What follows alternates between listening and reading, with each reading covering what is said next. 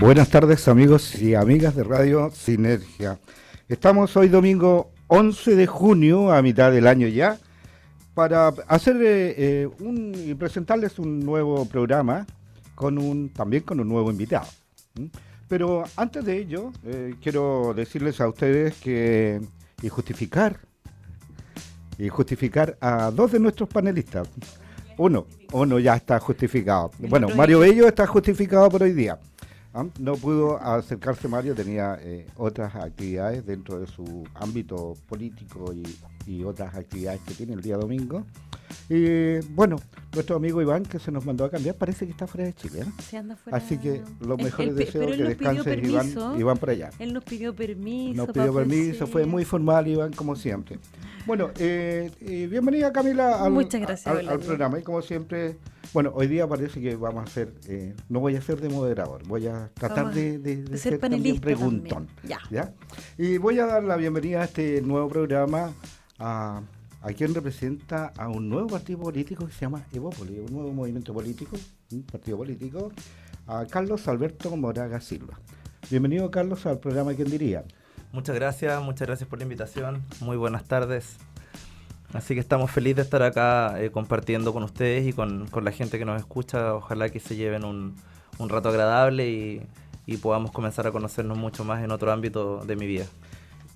Esa es la idea, Carlos, y para que podamos conocerte un poco más y nuestros auditores también, quiero hacer una breve biografía.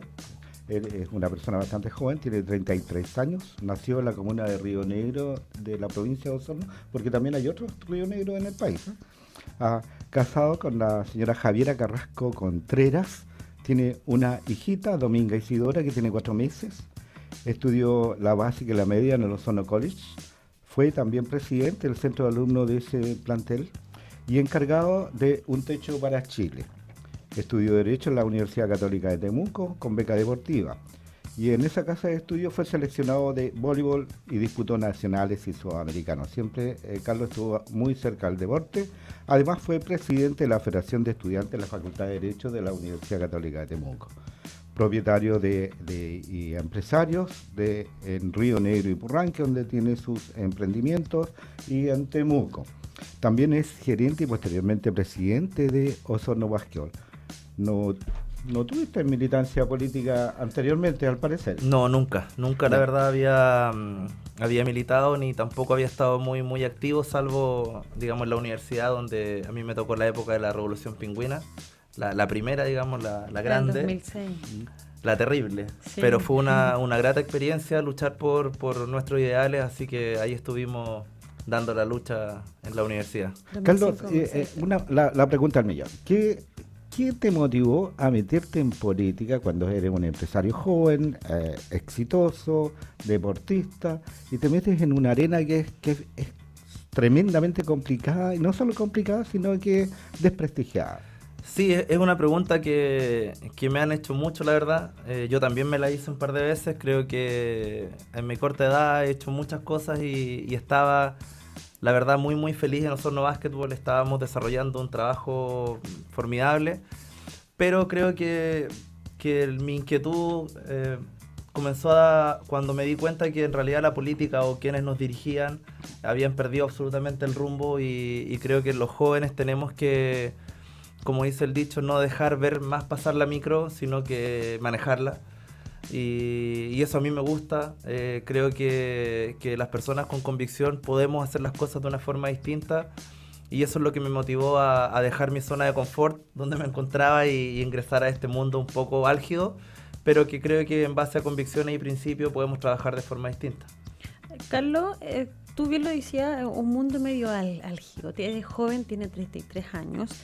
¿Crees que es complicado meterse a este mundo de la política donde hay mucho político antiguo que no se quiere ir de este mundo de la política? Hay muchas malas prácticas, sí. Que no se quiere ir y que de una u otra forma, directa o indirectamente, le cierra las puertas a este mundo, entre comillas, joven que quiere meterse en este mundo. Claro, es muy difícil. Por ejemplo, esta elección es una elección terriblemente difícil debido a que el sistema está diseñado para perpetuarse en el poder. O sea, 12 comunas en un distrito para una persona joven sin un respaldo económico potente, es un trabajo de David contra Goliat. Pero cuando asumimos en el básquetbol nos dijeron lo mismo. Es imposible, qué sé yo, bla, bla, bla. Y creo que no hay imposibles cuando uno trabaja, cuando uno gestiona de la forma correcta, cuando uno se rodea de personas que están en el proyecto por convicción y no por políticas partidistas. Creo que las cosas se pueden hacer y en estas cortas 3 semanas que llevamos recorriendo el distrito hemos podido darnos cuenta del desencanto de la gente y las ganas de buscar caras nuevas y proyectos nuevos. Carlos, tú te refieres a esta gente que está tanto en el poder como tu edad. Casi como mi edad, sí, pues. Creo que le faltó un año nomás. Un año. Ya. A mí, mire, yo quiero ser súper claro. ¿Ya? Yo respeto y valoro mucho a las personas que han desempeñado cargos públicos. Creo que de una u otra manera algo han hecho. Algunos más, algunos menos, la gran mayoría ha caído en malas prácticas. Pero lo que a mí no me parece y creo que es impudoroso es perpetuarse en el poder. Creo que el periodo, así como lo postula Felipe Kast, el periodo ideal y el periodo máximo que uno debería estar en el Parlamento son 8 años.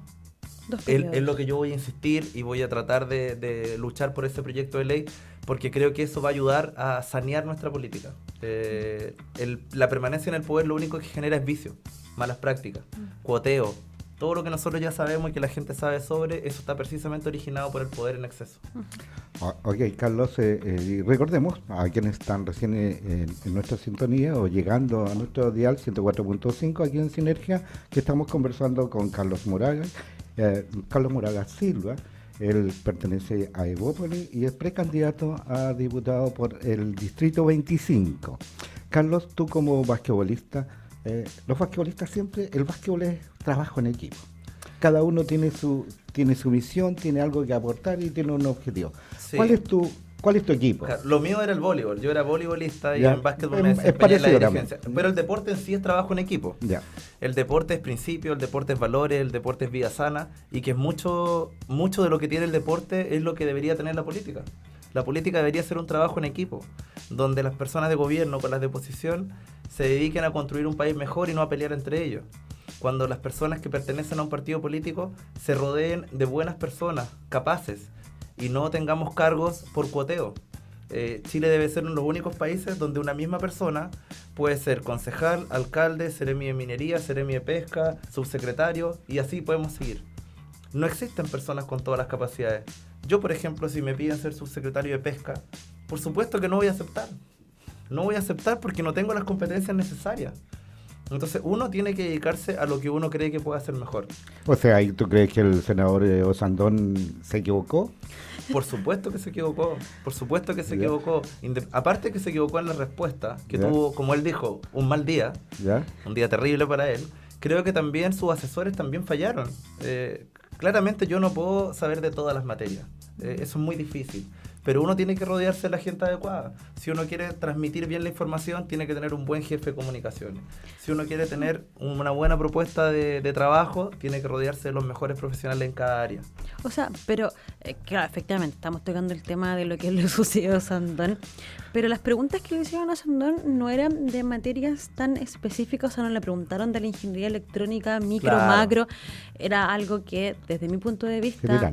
Generales. Sobre todo de una el persona. Tratado de París había estado en boga una semana Exacto, completa. había estado en boga. O sea, Bolivia no puede decir que él no sabe qué es lo que va a hacer con Bolivia si es que es presidente. O sea, creo que son temas que nacionales e internacionales que, independiente, yo creo que del cargo político público que tienen, por lo menos tiene que merecer una opinión. Por supuesto, el candidato a presidente de nuestro país tiene que ser una persona que esté por sobre la media y que nosotros sintamos que él tiene la capacidad, además del carisma que también es necesario, para conducir un país, para tomar decisiones, porque de lo contrario pasa lo que pasó ahora. Bajo esa lógica, y la pregunta es tanto presidencial como en este caso que tú vas a pertenecer, suponiendo que tú vas a estar en el Parlamento, poder legislativo, ¿qué es lo que tanto debe conocer o no debe conocer, en este caso, un presidente o un legislador, diputado en tu caso? Lo que pasa es que en el caso del legislador, a mi parecer hay dos labores que son fundamentales.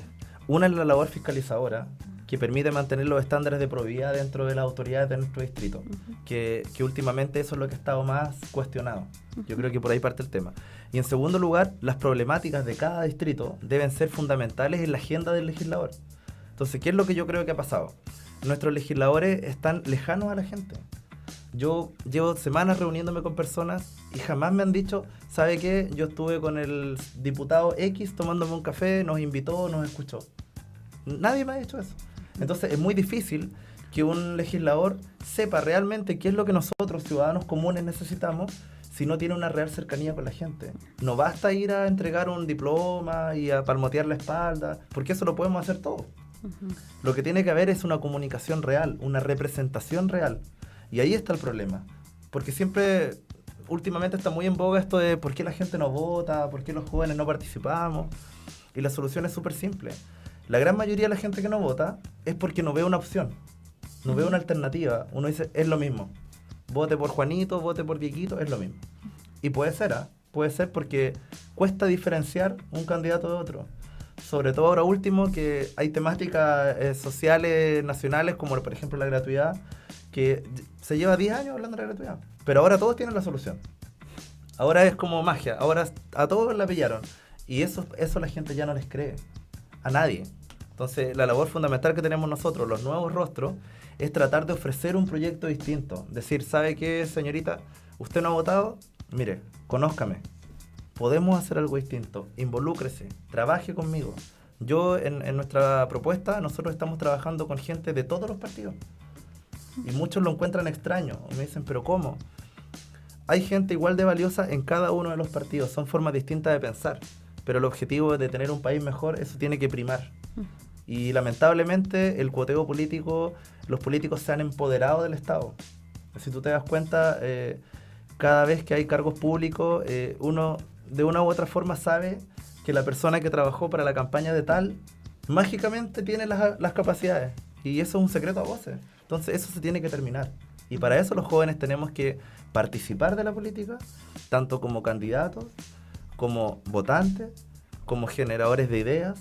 Yo estoy haciendo conversatorios donde he tenido jóvenes no solo en edad, jóvenes en política, porque la juventud no es un tema de etario, la juventud en política es un tema de pensamiento. Y yo creo que ahí está la solución a muchos de los problemas que nos afectan.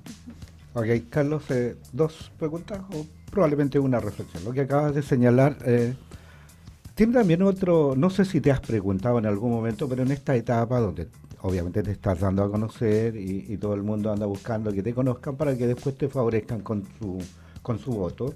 Y lo importante, como bien dices tú, que vayan a las urnas Por y supuesto. que les motives para que vayas para allá. Pero obviamente me dicen, salen los demás ya diputados o algunos que ya están en política, sale a ni siquiera a tomarse un cafecito con su gente. Es decir, hay una etapa, cada vez que hay elecciones, hay una etapa donde los candidatos salen a participar y a buscar a todas las personas. A inaugurar Pero, cuántas cosas se exactamente, el puerta a puerta y todas esas estrategias había y por haber, pero y adquirir compromisos que obviamente después no se cumplen, entonces empiezan los políticos a ser parte de la risa de la comunidad y no de lo serio que deben ser. ¿En qué momento algún político, tú te lo has planteado? Porque si tú vas a buscar a un grupo de gente o a mucha gente para que te favorezcan, ¿te has planteado que después tienes que rendir cuenta? Por supuesto, yo creo que otro proyecto ¿Crees importante... tú que ese es uno de los problemas en los políticos actuales? Por supuesto. De hecho, el diputado debería rendir cuenta una vez al año cuál ha sido su trabajo legislativo. Igual que todos los servicios del país Por público. supuesto. Pero y los Es un servicio público. Y los ¿no? trabajadores Servicio privados público. también lo hacen. O sea, si yo soy encargado de una empresa, el gerente general una vez al año me dice, a ver, ¿qué está pasando? ¿Cómo vamos? ¿Qué hemos hecho? ¿Qué no hemos hecho? ¿Qué se puede mejorar? El diputado debería una vez al año hacer una cuenta pública, decir, mire, ustedes levantaron estas ideas, la ciudadanía quiere esto en este distrito. Yo lo canalicé a través de 10 proyectos de ley, los cuales, lamentablemente, ustedes saben que un proyecto de ley tampoco depende solamente de un diputado, si eso lo tenemos claro. Pero por lo menos levantar la propuesta del proyecto de ley, negociar, moverse bien y tratar de que alguno de esos proyectos lleguen finalmente a concretarse en una ley. Y el resto, mantenerlos en la palestra, porque no sacamos nada de, por ejemplo, voy a poner un caso X, el abigeato. El abigeato es una problemática cotidiana, de donde yo vengo, de Río Negro, ya lo tomamos a la risa. Acá en el distrito yo lo he podido palpar en todas las comunas, es lo mismo. Y lamentablemente hubo una ley nueva que es igual de mala que la anterior. Sigue siendo más barato. No mejoró.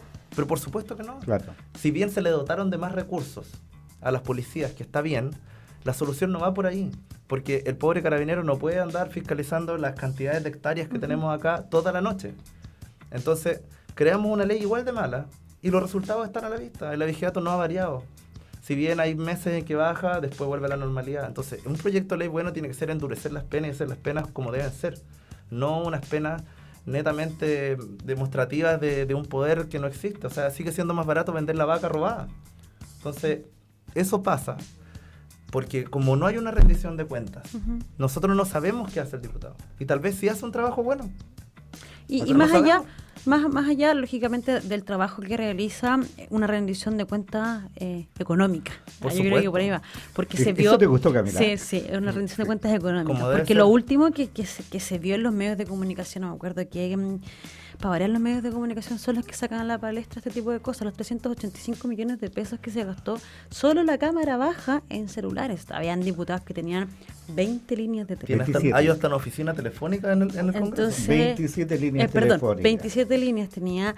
La diputada comunista tenía cerca de 12 líneas, si no me equivoco, telefónicas.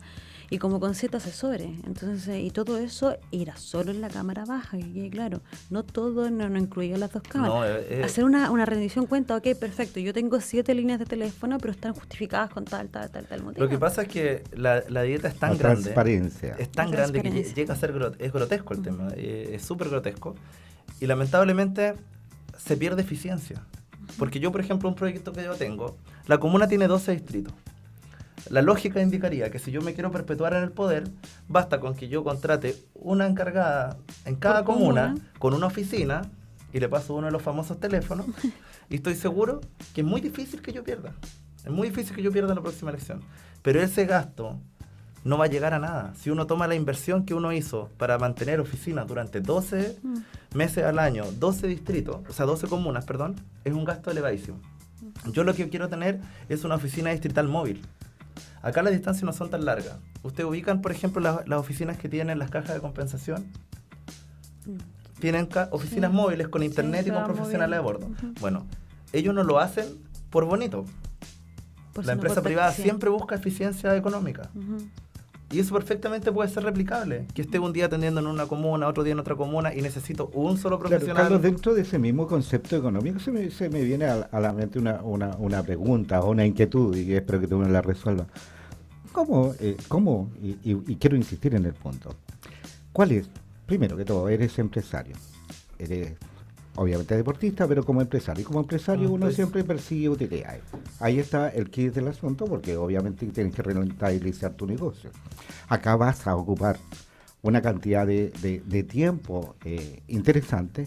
¿Cuál es la rentabilidad que te produce llegar a ser político, si lo miramos en términos económicos? Es una rentabilidad cero. Estoy desfinanciándome y gracias a Dios pero tengo el eso apoyo de mi señora. eso va en contra de un principio básico de la vida, digamos. Básico de la vida. Sí, lo que pasa es que yo siempre he pensado que los ideales están por sobre lo económico. Yo he sido un afortunado porque yo vengo de una familia de clase media.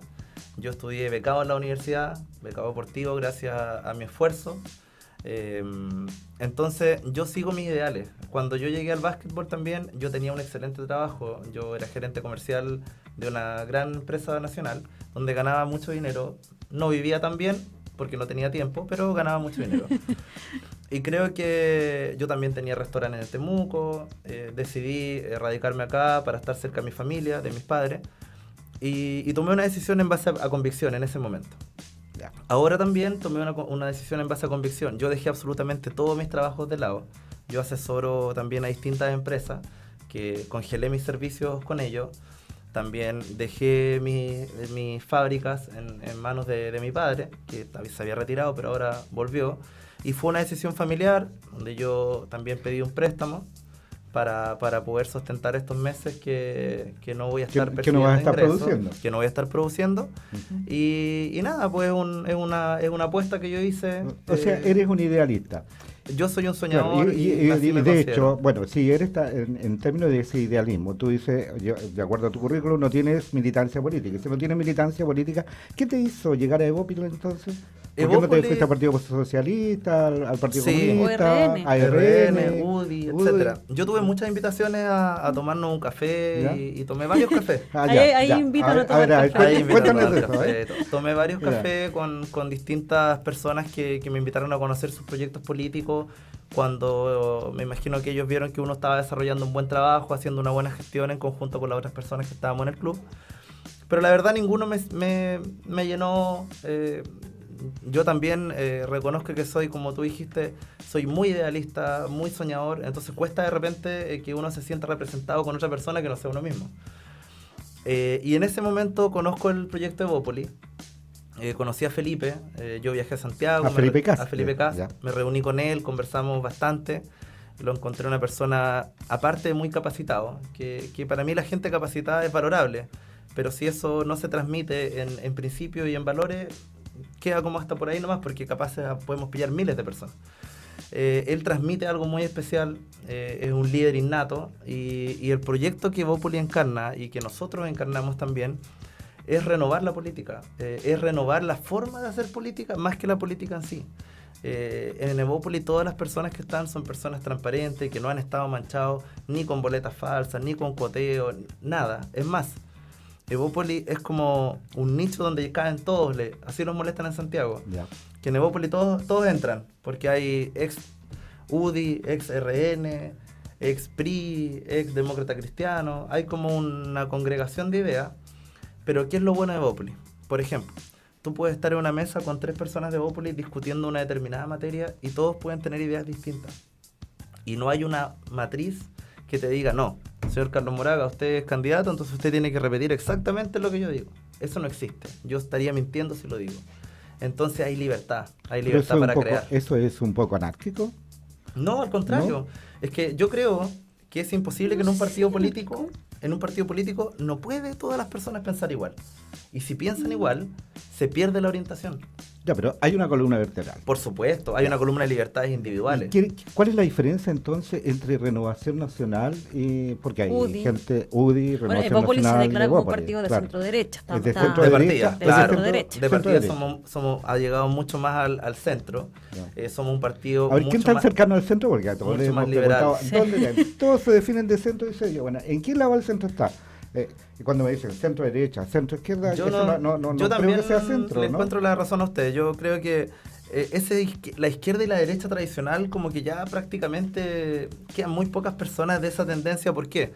Porque eso se marcó por un suceso nacional que marcó una división a nivel país. O sea, ¿tú te atreves a hablar de dictadura? Por supuesto, Ya. la dictadura en Chile marcó una división que costó años y que todavía es un proceso de reconciliación Creo que le nacional. faltan muchos años para que... Pero ¿cuál es la diferencia? Yo tuve la suerte de que yo no viví ese proceso. Cuando yo nací, fue 2 o 3 años antes de la democracia. Por lo tanto, yo entiendo a las personas que tal vez sufren y tienen una visión mucho más radical al respecto. Pero yo nací en un periodo donde la unión estaba comenzando a forjarse. Creo en la reconciliación, creo en que podemos sentarnos en una mesa personas que pensamos absolutamente distintas y podemos llegar a un acuerdo. Cuando me preguntan, ¿usted es de centro, de derecha? Yo no podría decir yo soy de centro izquierda, centro derecha. Yo lo que quiero es que el país se desarrolle, es que haya igualdad de oportunidades, es que la salud sea igual para todos. Y para eso tiene que ir de la mano de un desarrollo económico. Yo también quiero que al empresario le vaya bien, pero al buen empresario, al que tiene buenas prácticas laborales, al que tiene responsabilidad social empresarial.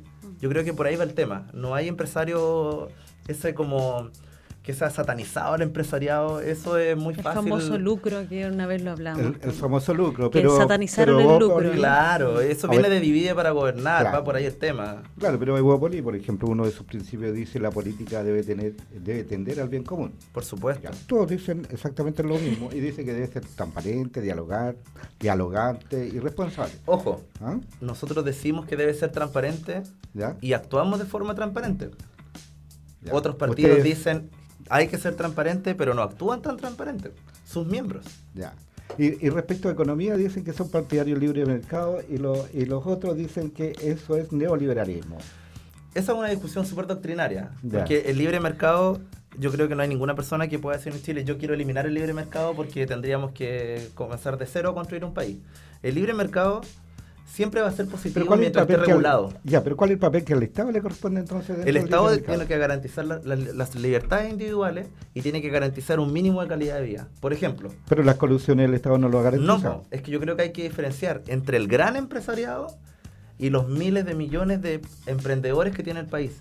Ahí hay que hacer una gran Y distinción. la regulación, el papel de regulador del Estado que tiene que tener. El Estado lo que tiene que hacer es endurecer la fiscalización respecto a las grandes empresas, que son las que han lamentablemente han destruido la confianza en el empresariado. No es la pyme de aquí de Purranque ni de Río Negro.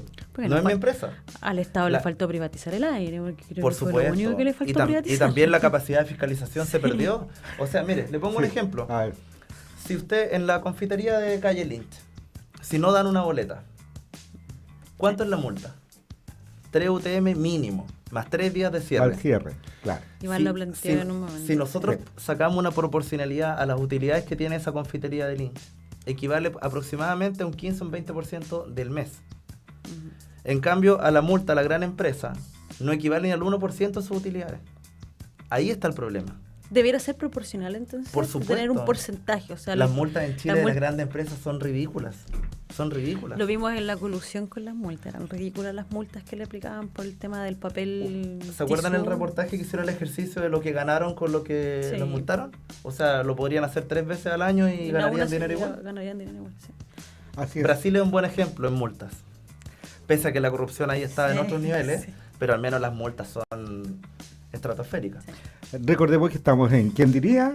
Conversando con Carlos Moraga, quien es precandidato a diputado por Evópolis en este especial domingo 11 de junio.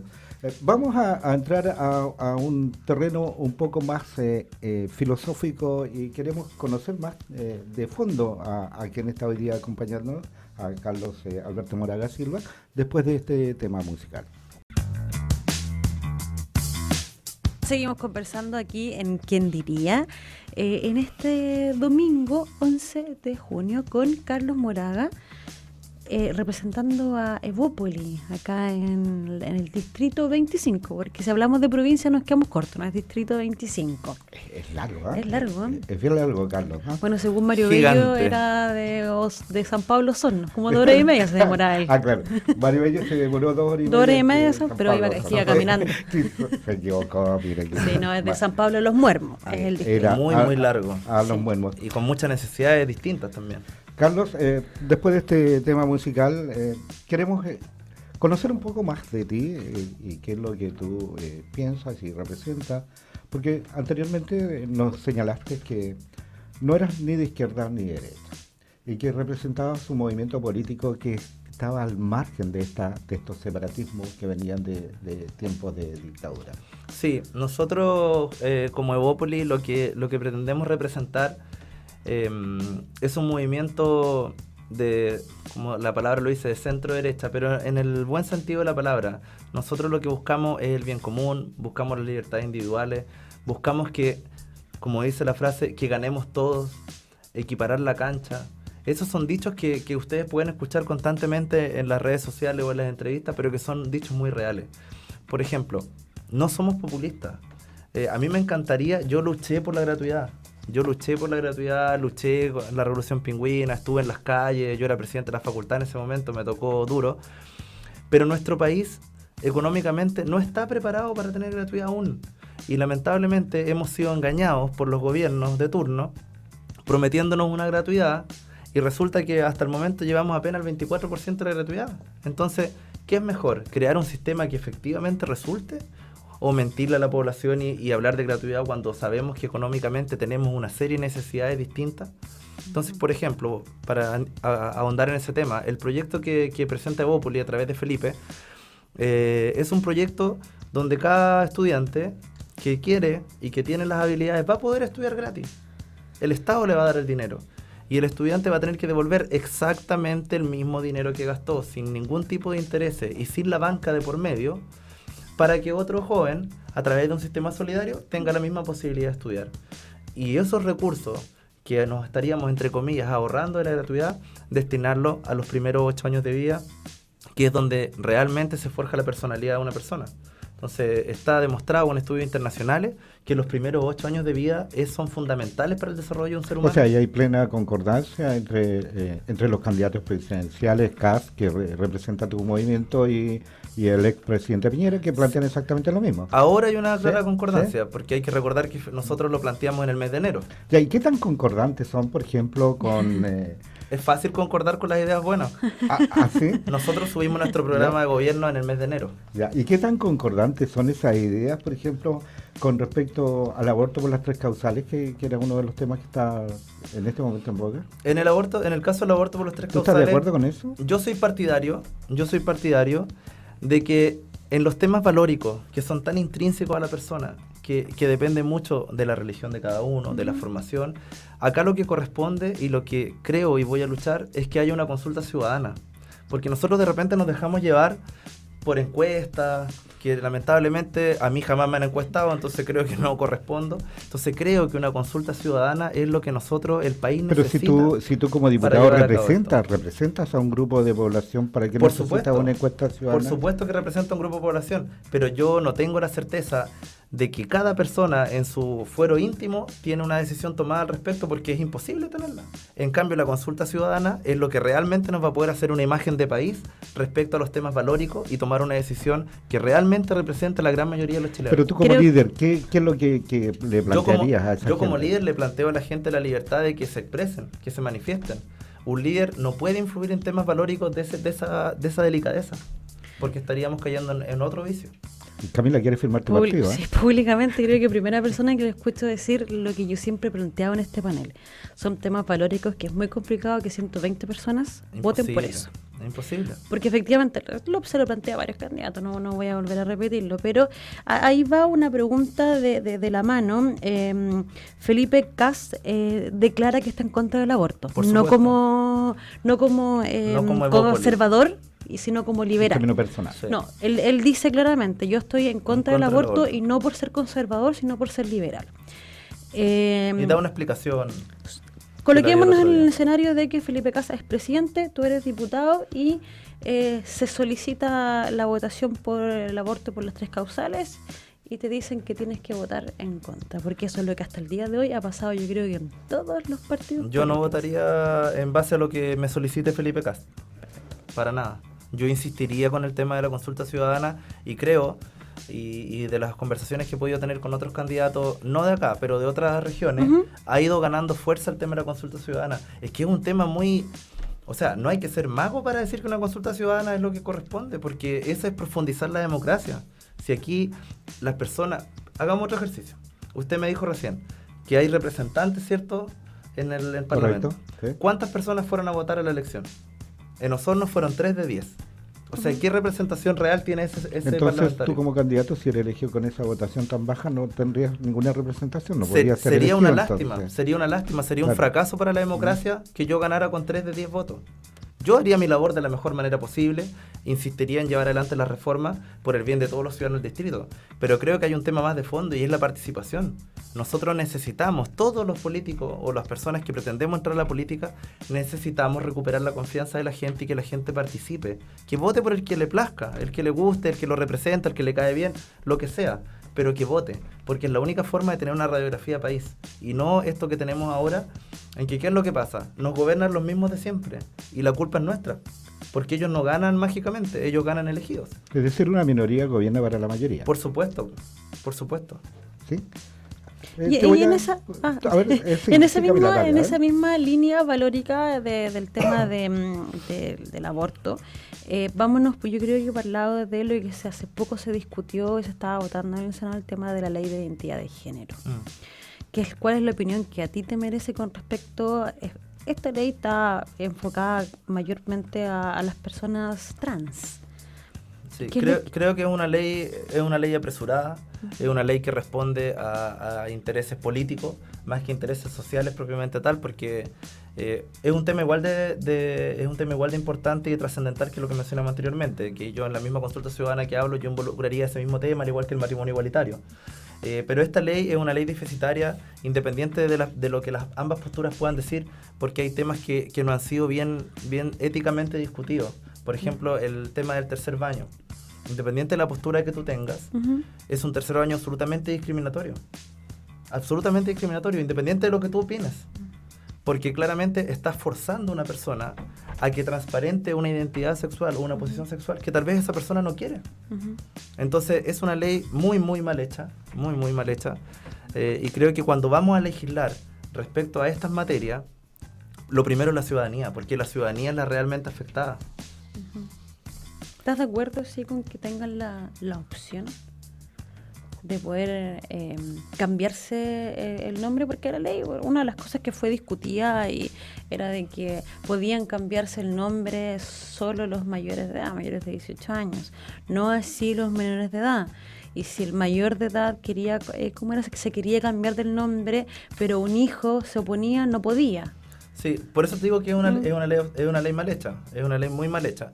La mayoría de edad siempre va a ser relevante. Creo que es súper trascendente que la persona que va a tomar una decisión de esa envergadura tenga su criterio formado para poder tomar una decisión que va a ser irreversible, porque sí, pero lo que se discutía, proyecto se discute que si te puedes volver de nuevo a cambiar. Pero en la discusión que había en el Senado era de que podían ser solamente los mayores de 18 años y varios senadores, entre ellos el también candidato a la presidencia Alejandro Guillé, decía cómo, pero si penalmente a los 14 años ya son imputables, ¿por qué en este tipo de decisiones no van a poder? Esa es la ley de responsabilidad juvenil. Exacto, Claro. Entonces si tienen responsabilidad para una cosa, ¿por qué no pueden tener responsabilidad para esto Creo que también? son cosas totalmente distintas. La responsabilidad penal juvenil se rebajó en base a los criterios estadísticos que estaban demostrando que en el país la delincuencia se estaba apoderando de ese tramo etario y que a todas luces todos sabemos que ya quedó corto, porque ahora la gran mayoría de los delincuentes tienen entre 10 y 14 años y como son inimputables son usados por las grandes mafias de delincuencia.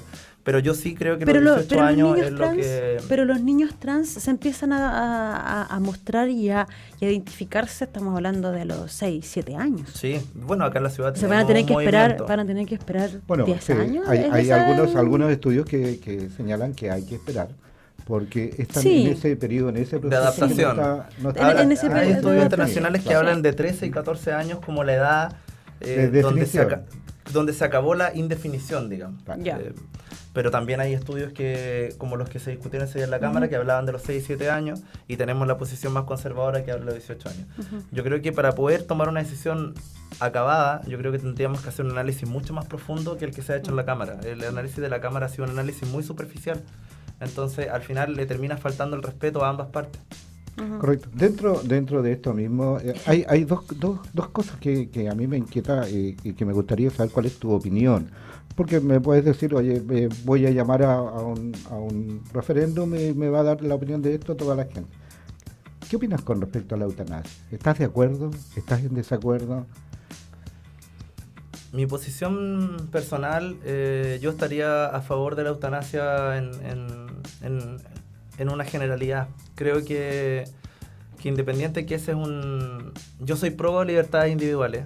Si bien hablamos ya del tema de la consulta ciudadana, qué sé yo, si tuviera que dar mi postura personal, yo sí estaría a favor de la eutanasia. Creo que ni nosotros como ciudadanos, ni el Estado puede prohibir que determinada persona tome una decisión respecto a un sufrimiento tremendo que tenemos muchas personas que lo llevan.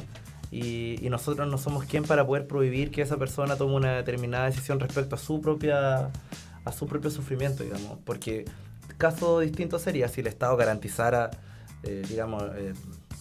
una salud de calidad, que tú no vas a sufrir, que hayan terapias del dolor, cosas que se dan en países de Europa, por ejemplo, que lamentablemente nosotros todavía estamos años luz de tener un sistema de salud que permita que esos casos no se presenten. Y dentro de la terapia de dolor que tú señalas, ha habido mucha discusión y recién ahora algo se ha avanzado en eso con respecto al uso de la marihuana en términos medicinales, pero para el uso de la marihuana en términos recreativos, ¿tú estás de acuerdo? No, creo que como sociedad todavía no estamos absolutamente preparados para que haya una libertad de esa manera. Sí estoy a favor de legislar. Al respecto de que porque tú incorporemos el tema de las que eres terapias. partidario de las libertades Sí. y no estás y eres una persona joven. Sí. No, en el caso del expresidente Pepe Mujica, dijo, bueno, lo libero, y los resultados ahí han sido positivos. Creo que cada país y también ellos señalaban que no estaban preparados para, y toda la gente... Sí, pero bueno, Uruguay es un país súper pequeño, recordemos que Uruguay tiene menos habitantes que Santiago. Creo que Pero Chile dentro del contexto mundial también es un país chiquitito. Sí, pero creo que nosotros como sociedad aún no estamos preparados para una legalización abierta, como es lo que se está planteando. Hay un proyecto de ley de legalización abierta. Eso quiere decir que no hay ninguna regulación, que yo puedo consumir. Sería como el tabaco. Claro, creo que en eso no. Yo sí estoy a favor de legislar porque claramente creo en las propiedades medicinales. De hecho está demostrado. Ya la parte medicinal es una, pero el estudio de la Florida, por ejemplo, parte recreativa No, a mí no me parece. Creo que como país todavía no estamos preparados. Pero podría, dices, como país todavía no está la palabra el todavía. Por supuesto que creo que el país puede llegar a un nivel de desarrollo. Lo conversamos en su minuto con el diputado de Musi, que él consideraba que debiera despenalizarse, por decirlo así, el consumo de marihuana, pero con la condición que él colocaba era con educación detrás. Eso es legislar. Con mucha educación detrás, cosa que la persona que quiera consumirla... En el caso de Música también lo hizo y no es así como... Fue un proceso paulatino claro. En Uruguay. Sí. Porque lo que pasa es que una cosa va de la mano. Así como hay que legislar respecto a eso, yo también endurecería otras medidas, porque de repente nosotros satanizamos la marihuana, pero nos olvidamos de otros flagelos que son mucho más graves, como el alcohol, por ejemplo. Que son de absolutamente fácil accesibilidad a la gran mayoría de nuestros jóvenes, y eso sí que genera muerte, conflictos, riñas, peleas, etcétera, problemas de carácter social que afectan el bien común, y que de repente nosotros nos hemos enfocado mucho en la marihuana, y hemos dejado de lado eso que si tú llevas el daño colateral que tiene, el alcohol tiene un daño colateral tremendo al lado de la marihuana, por ejemplo. Como futuro legislador, tú eres elegido, ¿cuál sería tu aporte para mejorar el conflicto de la Araucanía y que también afecta acá a la zona? El conflicto de la Araucanía es un tema súper delicado. Hay que recordar que el 40% de todos nosotros, ciudadanos del país, pertenecemos a la etnia mapuche o sus derivados huilliche, etc. Yo estudié en Temuco, hice mi práctica profesional en la ciudad de Cholchol, de una alta vulnerabilidad, una ciudad realmente complicada. Y creo que nosotros lo que tenemos que hacer como país es integrar al pueblo mapuche, respetarlo, darle oportunidades. Nosotros no podemos... O sea, ¿tú crees que en este momento no se le está dando oportunidades al pueblo mapuche? Por supuesto que no. La política pública que se ha llevado a cabo en la Araucanía... en contra, por ejemplo, que se les compre tierra. Es que no es tan así, es que el tema no es tan fácil. El tema no es tan fácil. Yo soy el primero en repudiar los hechos de violencia de la Araucanía, que tenemos que distinguir el pueblo mapuche de los hechos de violencia de la Araucanía, que son cosas totalmente distintas. Ahí han habido actos terroristas, que eso es un hecho, la muerte de personas, que las personas no puedan transitar. Si uno se va al concepto terrorismo de la Real Academia Española, es generar pavor y a través de eso tratar de buscar un resultado. Y eso se da. Ustedes cuando viajan a Santiago pueden ver que está todos los puentes, los pasos a nivel, está lleno de carabineros y las policías tienen que tratar de que las personas puedan transitar con libertad en el territorio nacional. Y eso es terrorismo. Correcto. Eso es una cosa. La problemática del conflicto mapuche no se va a solucionar militarizando, por ejemplo. Eso es un sinónimo fácil para atacar un problema de fondo. Eso es paliativo. Claramente ahí el Estado de Derecho no se está respetando y hay que tomar decisiones. Pero lo que nosotros tenemos que hacer es un trabajo mucho más profundo de integrarlos. Ellos son parte fundamental en nuestro país. Por ejemplo, el idioma mapuche no se enseña en todas las partes. Nosotros no es un orgullo como debería ser. Ese es un pueblo trabajador, es un pueblo esforzado, es un pueblo que necesita oportunidades. Pero ese pueblo quiere que lo reconozca dentro de Chile como otro pueblo independiente. Ellos quieren un Estado plurinacional. Yo creo que ellos tienen que insertarse en el Estado chileno. Yo no soy partidario de un Estado plurinacional como España, por ejemplo. No. Creo que eso genera mayor división aún. Nosotros lo que tenemos que hacer como Estado es trabajar en conjunto. Estuviste trabajando en Cholchol. ¿Cuál es la visión de la gente? La visión de la gran mayoría de las personas es esa. Es que el Estado chileno nunca los ha reconocido como tales. Es que el Estado chileno no se preocupa de ellos. Es que el Estado chileno los ataca. ¿Y eso por qué ha sido? Por falta de diálogo. Sí. Recordemos las mesas de diálogo que hubo hace años atrás, que las creó Buenchumilla. Esas mesas de diálogo, ¿a qué llegaron? Cuénteme usted, ¿sabe que llega? Sacar una guanchonilla para Sacar- afuera aparte- y pero se aparte de terminó, eso. ¿cierto? Nada, eso no Claro. Las mesas de trabajo no llegaron a nada. O sea- Entonces, mire, ¿qué es lo que pasa? Perdóname terminar la idea de conversar. Dale. Si yo invito a Camila a una mesa de trabajo Ya. respecto a su problemática y la transmitimos por televisión y todo lo que nosotros sabemos, y pasan 5 años, 6 años, 7 años, y Camila dice, fui a la mesa de trabajo a puro perder tiempo. Ella va a pensar que a mí me importa lo que ella opina. O sea, la próxima vez ya no va a querer conversar, obviamente. Es que de partida ya no quieren. Po. No. Claro. Entonces ahí está el O problema. sea, ¿tú crees que la solución es una solución política? Por supuesto. Pero si los políticos están llamados a la reconciliación nacional en todo ámbito. Es decir, tú como futuro legislador, entonces serías capaz de liderar un movimiento a Por favor de supuesto. esa causa, Por supuesto. pero a través de los legisladores y no desde fuera. Es que es prioritario. Nosotros Ya. tenemos que crear los mecanismos políticos, no en la televisión ni en el diario, en el Congreso, y presionar al gobierno central para que el gobierno ¿Y central... tú crees que la presidenta Bachelet ha sido débil en eso? Porque Absolutamente débil. ¿Todavía no ha hecho las propuestas o las hizo ya? Es que si las hizo mal. Porque claramente no llegó al fondo que tenía que llegar. Si tú ves la escalada de violencia hay un aumento. O sea, era para expresarme mejor como no me expresé la semana pasada, para que quede más claro. Así es. El tema del conflicto de la Araucanía, creo, estoy absolutamente de acuerdo con que la gran mayoría de los actos hay terrorismo. En la Araucanía es así, hay mucha violencia. Pero creo que el gobierno, no sé, por ahí va mi pregunta, ha centrado todos sus esfuerzos en simplemente preocuparse de este terrorismo y conflictos de violencia que hay en la Araucanía, Solo represivo, digamos. solo represivo, y no ha sabido generar ese diálogo, como Claro. lo conversamos. Mecanismos de unión. No ha colocado ningún esfuerzo No. para tratar de, efectivamente, ¿hace cuánto? Hace 5 años atrás, 6 años atrás, mira, conversemos, pero ¿qué sacamos de conversar si no va a quedar en nada? Por supuesto. Nosotros tenemos que preocuparnos de construir. ¿Y cuál sería la forma, desde tu punto de vista, la mejor forma como para entregarle este reconocimiento que pide el pueblo mapuche? Hay varios mecanismos. El tema del idioma, por ejemplo, que fuera obligatorio, para mí es un mecanismo fundamental. Y para ellos, ojo, para ellos, de las visitas que nosotros hemos realizado en comunidades, tanto en San Juan de la Costa como en Puyehue, para ellos eso es súper importante. Pero es fundamental y el es tema un del idioma, pequeño detalle. el tema del idioma no debiera ser territorial. Me refiero al hecho de que en Arica el pueblo mapuche No, claro, estamos hablando Ah, más eso que del voy. pueblo de Mapuche, estoy hablando de nuestra etnia originaria. Porque, ojo, ahora último, nosotros nos hemos enfocado en la violencia de la Araucanía, pero hay que recordar que el año pasado acá en Puyehue ya hubo tomas de 2 fundos. Entonces es un conflicto que si nosotros... Claro, era un problema más económico, o sea. No, Sí, yo sí. estuve en una. Sí. Yo tuve la posibilidad porque, bueno... ¿Tuviste tomado una? Tengo, mi familia tiene predios por ahí cerca y supimos Ya. del tema, estuvimos ahí conversando con... Yo tengo mucha relación con las comunidades indígenas ubicadas en el sector de Puyehue.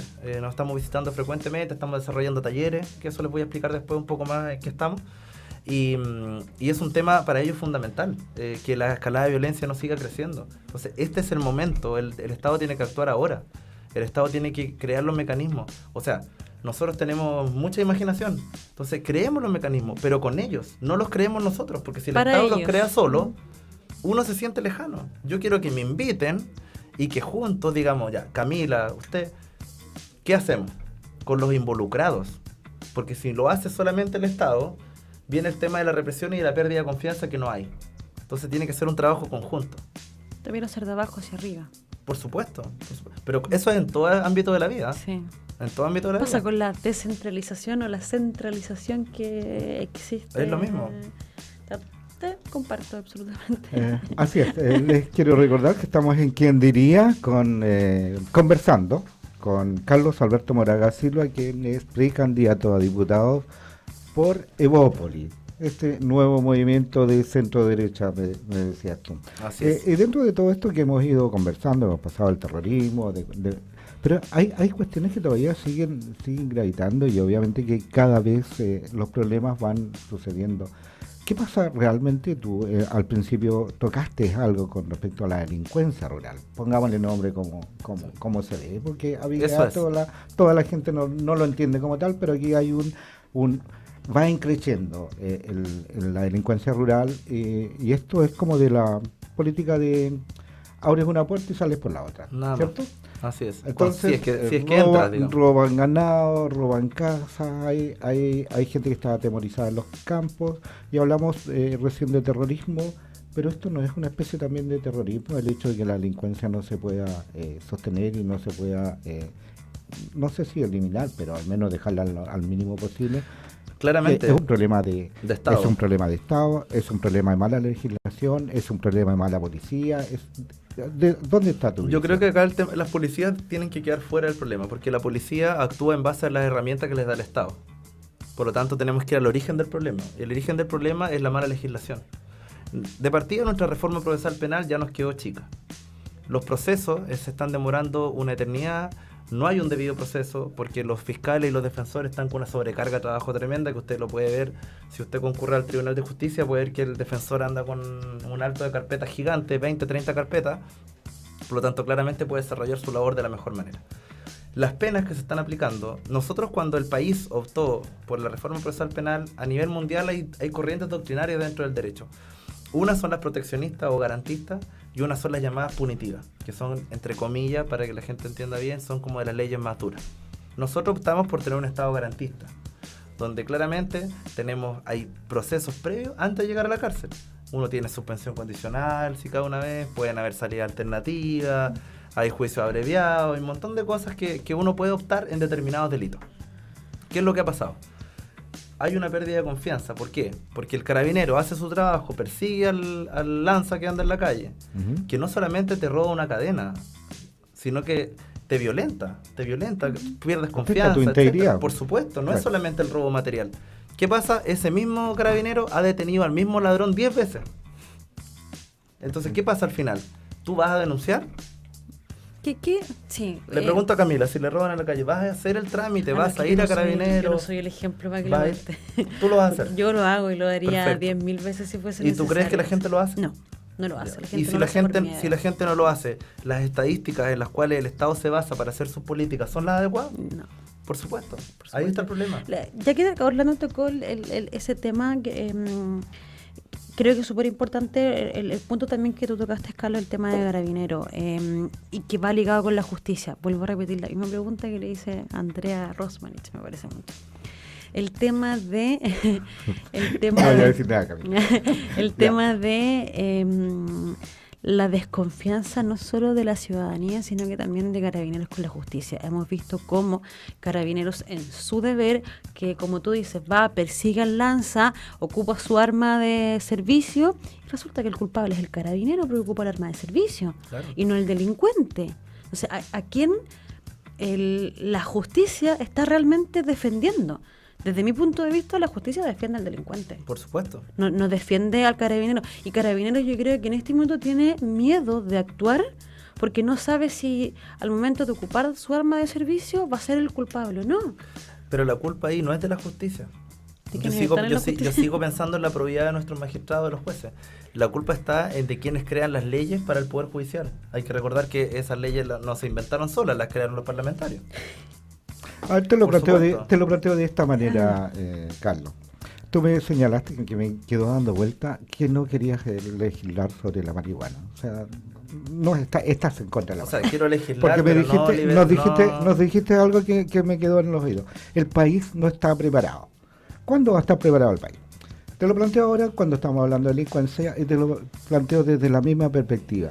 Entonces el país no estaba preparado para este cambio de legislación, porque en buen chileno, antes teníamos un sistema en el cual el Estado era inocente y los ciudadanos de este país, de este Estado, culpable. eran culpables. Por lo tanto, nuestra pega era probarle al Estado La inocencia. que éramos inocentes.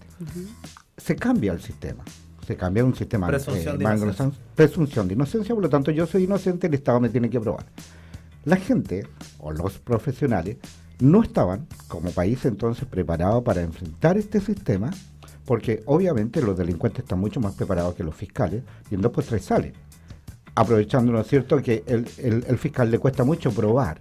Claro. ¿Por qué? Porque, oye, la única prueba que tengo es encontrarte con los terneros que los tienes arriba del camión. Claro. Pero antes se presumía. ¿Por qué? Porque había varias otras cosas. Ahora, esa presunción de delito no existe. Por lo tanto, el probar cuesta mucho más. Y eso hace, yo creo, acrecentar la delincuencia.